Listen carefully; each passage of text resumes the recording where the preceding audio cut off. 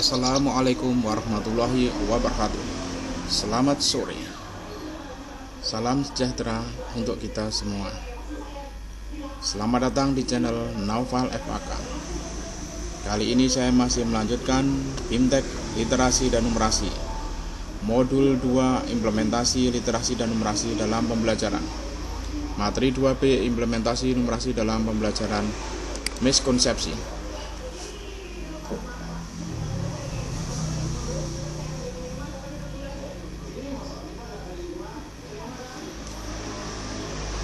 Dua B1 Miskonsepsi Implementasi Numerasi dalam Pembelajaran. Pertanyaan pemantik. Pada pembelajaran matematika, sebagian guru beranggapan bahwa ketika sudah memberikan soal cerita kepada peserta didik berarti sudah mengimplementasikan numerasi. Apakah Bapak Ibu setuju dengan anggapan di atas? Tidak setuju.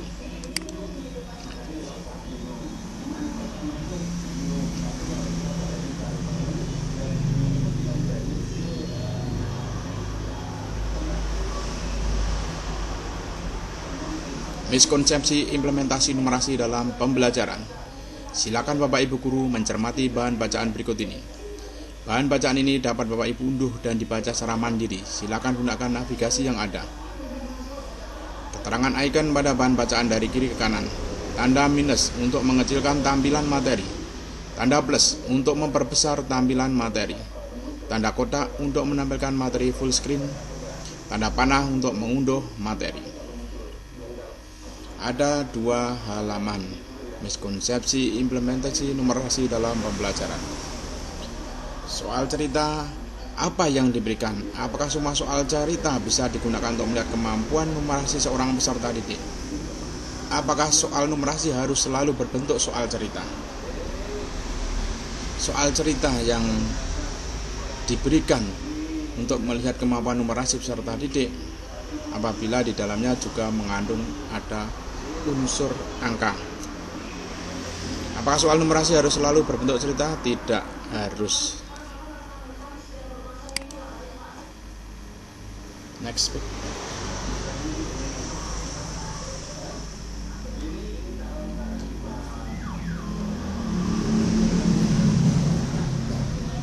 Penutup. Terima kasih Bapak Ibu Guru atas upayanya untuk mempelajari materi miskonsepsi implementasi numerasi dalam pembelajaran dengan optimal. Mari kita lanjutkan proses belajar pada bagian berikutnya, yaitu konsep implementasi numerasi dalam pembelajaran.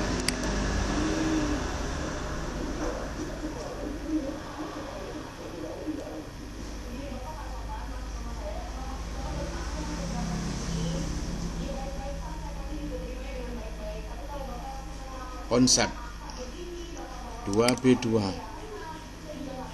Konsep implementasi numerasi dalam pembelajaran.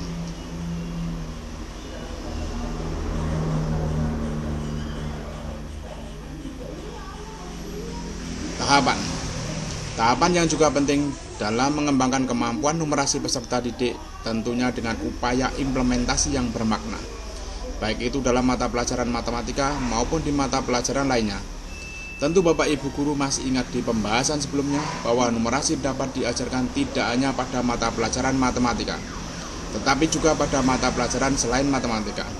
Berbagai alternatif kegiatan pembelajaran dapat dilakukan untuk mengembangkan kemampuan numerasi peserta didik.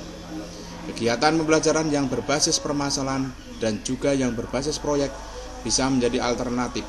Keduanya dapat diterapkan baik dalam pembelajaran matematika maupun dalam pembelajaran selain matematika. Pada pembahasan kali ini, implementasi numerasi akan dibagi menjadi 2 pembahasan, yaitu pada mata pelajaran matematika dan mata pelajaran lainnya. Dalam mengimplementasikan numerasi di mata pelajaran matematika, Bapak Ibu dapat memulainya dengan permasalahan konseptual atau kegiatan yang berbasis proyek. Masalah konseptual dapat digunakan di awal pembelajaran untuk membantu peserta didik memahami konteks maupun di akhir penjelasan untuk memperkuat pemahaman konsep peserta didik. Tentu ini juga tidak terlepas dari upaya Bapak Ibu Guru dalam menggunakan berbagai variasi model, media, dan metode pembelajaran. Kemampuan numerasi juga dapat ditingkatkan di mata pelajaran lainnya selain matematika. Ingat kembali bahwa numerasi melihat konsep matematika yang diterapkan dalam kehidupan sehari-hari di berbagai konteks. Next.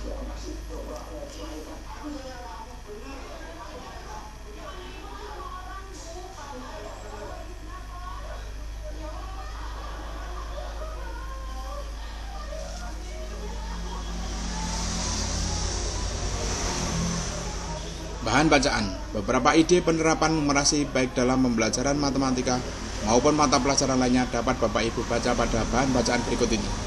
Bahan bacaan ini dapat Bapak Ibu unduh dan dibaca secara mandiri. Silakan gunakan navigasi yang ada. Keterangan icon pada bahan bacaan dari kiri ke kanan. Tanda minus untuk mengecilkan tampilan materi, tanda plus untuk memperbesar tampilan materi, tanda kotak untuk menampilkan materi full screen, tanda panah untuk mengunduh materi. Ada 13 halaman implementasi numerasi dalam pembelajaran. Next.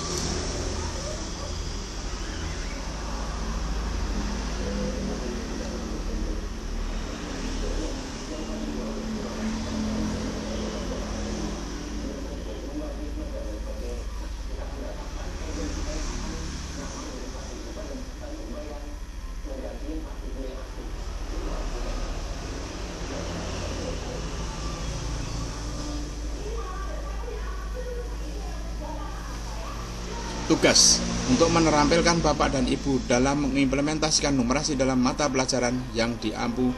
Buatlah rancangan pembelajaran untuk mata pelajaran yang Bapak Ibu ampu, kemudian praktekkan di kelas. Setelah itu tuliskan pengalaman dalam mempraktekkan implementasi rancangan pembelajaran tersebut, mulai dari persiapan, pelaksanaan, kendala dan tantangan yang dihadapi dalam sebuah artikel.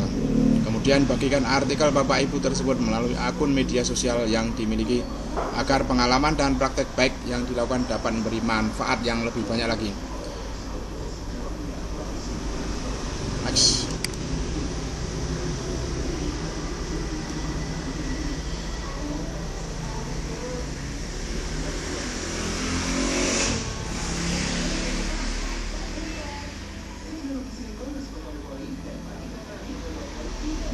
Penutup. Terima kasih Bapak Ibu Guru atas upayanya untuk mempelajari modul implementasi numerasi dalam pembelajaran dengan optimal. Mari kita lanjutkan proses belajar pada bagian berikutnya, yaitu studi kasus.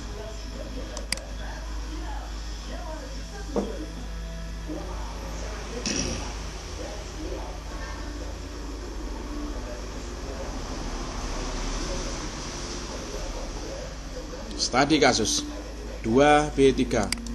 Studi kasus implementasi numerasi dalam pembelajaran.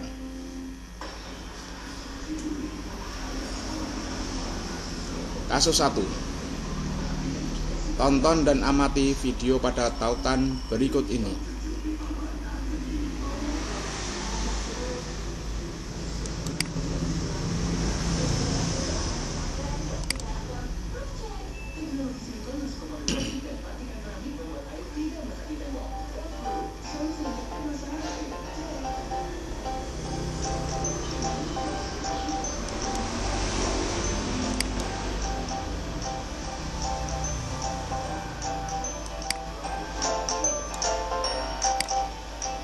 Sebagian guru di sekolah dasar mengajarkan matematika tentang konsep faktor persekutuan terbesar atau FPP yang berhasil sering menjadi tantangan. Dibutuhkan wawasan dan kreativitas guru agar siswa dapat dengan mudah memahami konsep FPP dan mampu menerapkannya dalam kehidupan sehari-hari.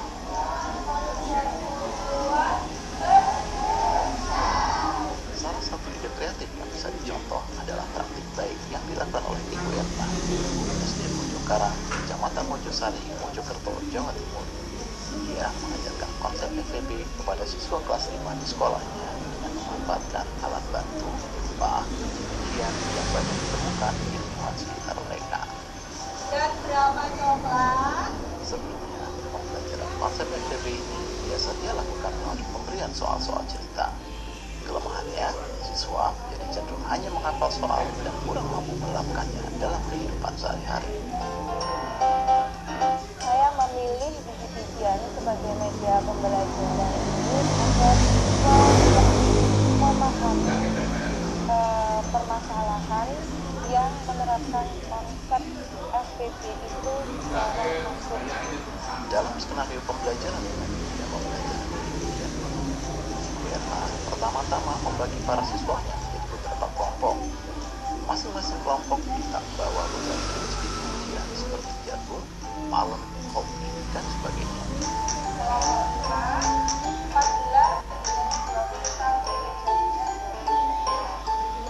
Setelah mengeluarkan biji-bijian yang mereka bawa di siswa diminta untuk bekerja di kelompok. Mereka membagi biji-bijian tersebut secara merata ke dalam sebanyak-banyaknya kelompok biji yang mungkin dihasilkan, dan dengan biji yang semaksimal mungkin untuk masing-masing kelompok biji. Hasilnya dicatat dan dipresentasikan di kelas oleh masing-masing kelompok. Dari kelompok 1, saya mengambil biji sebanyak jagung 40 biji, palem 24 biji. Saya membagi menjadi 8 kelompok sama rata. Tiap kelompok berisi 3 palem dan 2 jagung. Pada tahapan berikutnya, siswa diminta mengulangi kegiatan yang sama, tetapi kali ini mereka yang menentukan sendiri jumlah biji-bijian yang dikeluarkan. Kalian ambil, kemudian kalian kelompokkan sendiri, kemudian satu kelompok anggotanya berapa seperti tadi.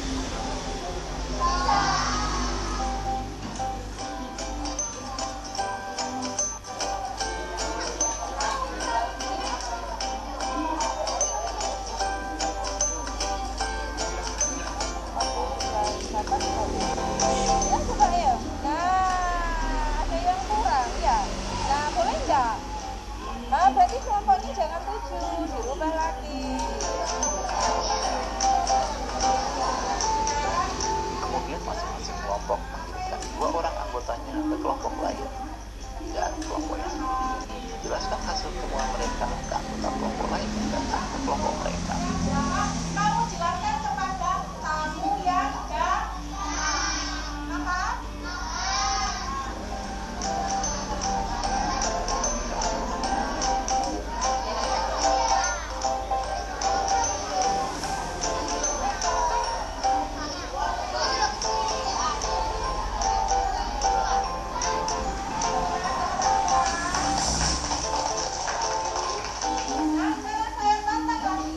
Pada tahap akhir, siswa diminta untuk membuat soal cerita sendiri tentang hidup ini.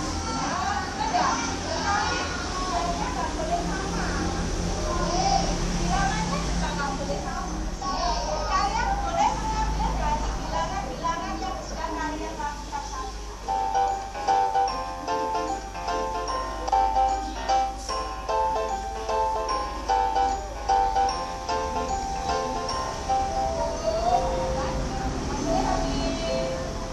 Silakan dikumpulkan sedapatnya.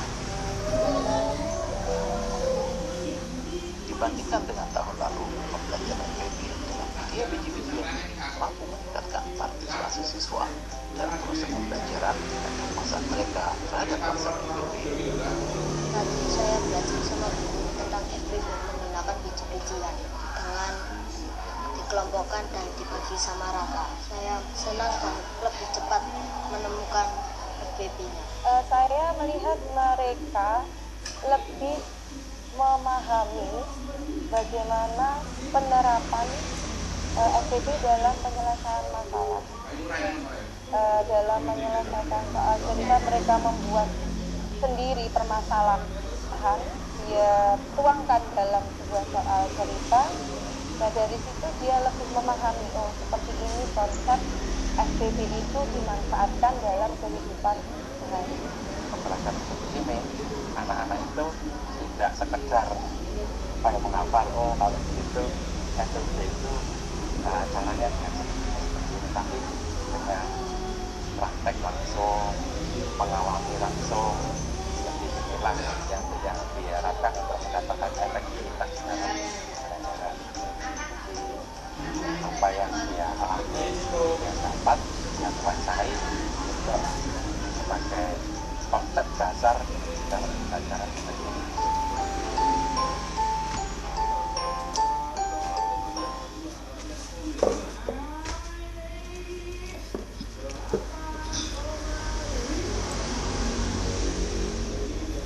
Pertanyaan 1. Bagaimana pendapat Bapak Ibu tentang video tersebut?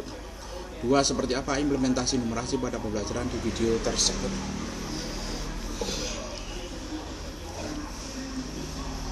Kasus 2. Situasi COVID-19 di Indonesia masih terus menunjukkan peningkatan. Di berbagai daerah di Indonesia, kasus baru COVID-19 masih terus bertambah. Pemerintah pun mengambil langkah untuk mengurangi penyebaran dan penambahan kasus baru. Data tentang kasus COVID-19 pun sudah banyak tersebar dan dapat diakses oleh masyarakat luas. Tidak hanya data di negara Indonesia, tetapi juga di seluruh dunia. Konteks tentang COVID-19 merupakan salah satu konteks yang sangat menarik untuk didiskusikan dengan peserta didik di kelas baik secara luring maupun daring. Pertanyaan 1. Jika Bapak Ibu akan menggunakan konteks COVID-19 untuk pembelajaran di kelas Bapak Ibu untuk meningkatkan kemampuan numerasi peserta didik, pembelajaran atau aktivitas seperti apa yang akan Bapak Ibu implementasikan? 2. Apakah permasalahan COVID-19 yang akan Bapak Ibu angkat sebagai konteks dan aktivitas pada pembelajaran tersebut? 3. Bagaimana tahapan pembelajaran yang akan dilakukan untuk mengembangkan kemampuan numerasi peserta didik pada pembelajaran ini? 4. Bagaimana Bapak Ibu mengukur peningkatan kemampuan numerasi peserta didik pada pembelajaran tersebut? Kasus 3. Untuk mengembangkan kemampuan literasi dan numerasi peserta didik, beberapa guru mata pelajaran yang berbeda berkolaborasi untuk menyusun pembelajaran berbasis proyek. Guru bersama-sama menentukan proyek dan langkah pembelajaran yang akan dilakukan oleh peserta didik. Pertanyaan 1. Bagaimana pendapat Bapak Ibu mengenai rencana pembelajaran seperti tersebut di atas? Apakah pembelajaran tersebut dapat membantu meningkatkan kemampuan literasi dan numerasi peserta didik? 2. Jika Bapak Ibu akan melakukan hal yang sama seperti disebut di atas, pembelajaran seperti apa yang akan Bapak Ibu kembangkan untuk meningkatkan kemampuan literasi dan numerasi pada peserta didik?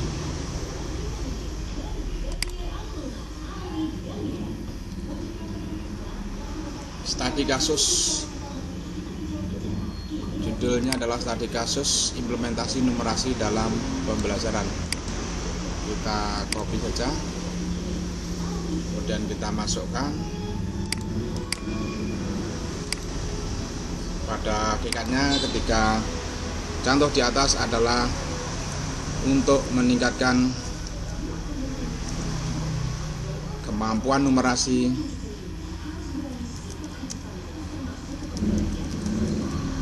dalam pembelajaran.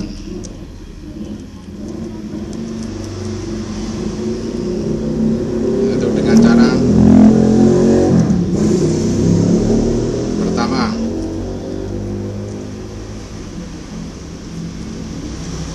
dengan mengajak siswa untuk membaca berita dalam koran atau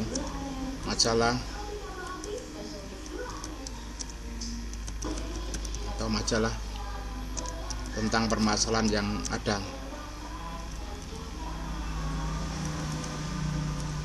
Contohnya COVID-19. 2.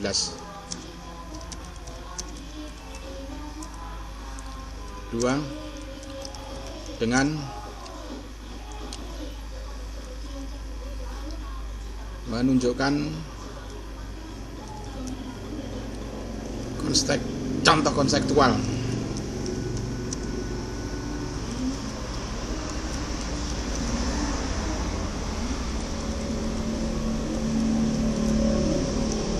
dalam pembelajaran dan melibatkan siswa langsung.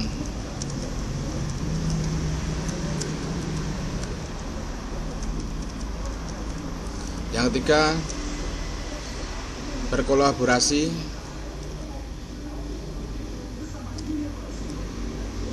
dengan guru lain untuk menyelesaikan suatu persoalan.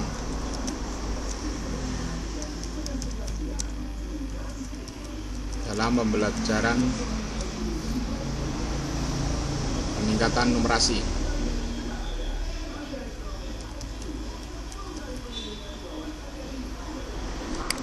Post forum.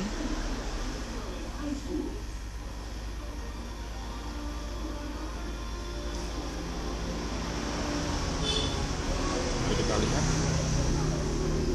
sudahkah dimasukkan atau disimpan. Kalau sudah, kita permalin.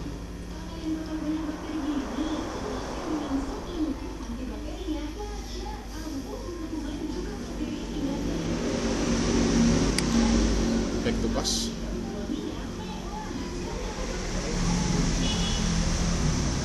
Mari kita lihat di sini 2B3 studi kasus implementasi numerasi dalam pembelajaran sudah centang biru. Artinya berarti sudah selesai untuk materi 2B implementasi numerasi dalam pembelajaran. Mudah-mudahan bermanfaat. Sekian, assalamualaikum warahmatullahi wabarakatuh.